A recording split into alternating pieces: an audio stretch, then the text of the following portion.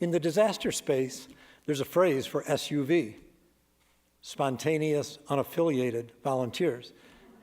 And most organizations say, stay home and send money.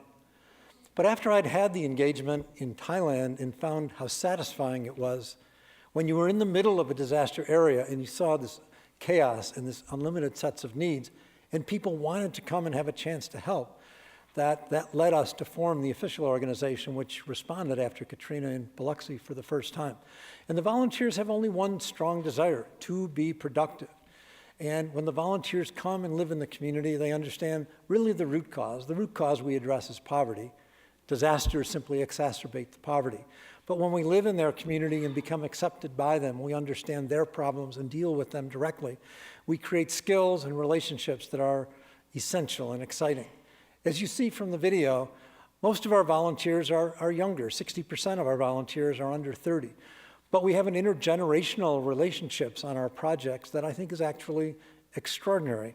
We hit a record just last month where we're responding to major flooding in Detroit, where we had a 95-year-old volunteer with his 78-year-old wife. So we get some of these young couples that show up and work together.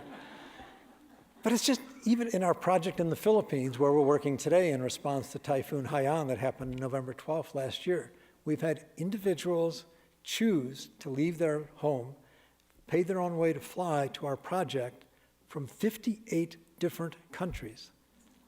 So at the project site, you have about 50 to 100 people of mixed ages, mixed ethnicities, mixed countries, working together during the day for a common cause.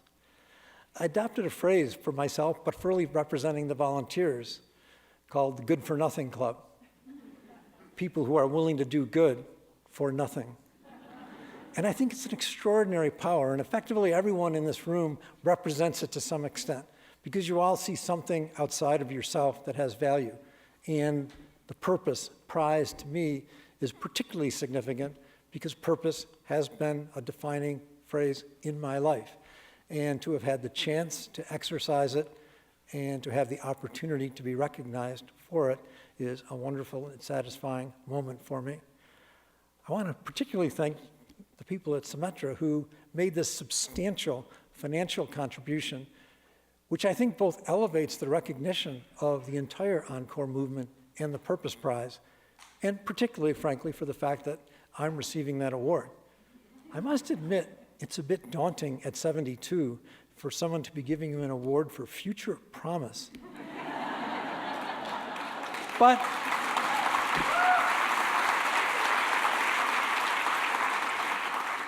I'll take that on, and we will do the best we can.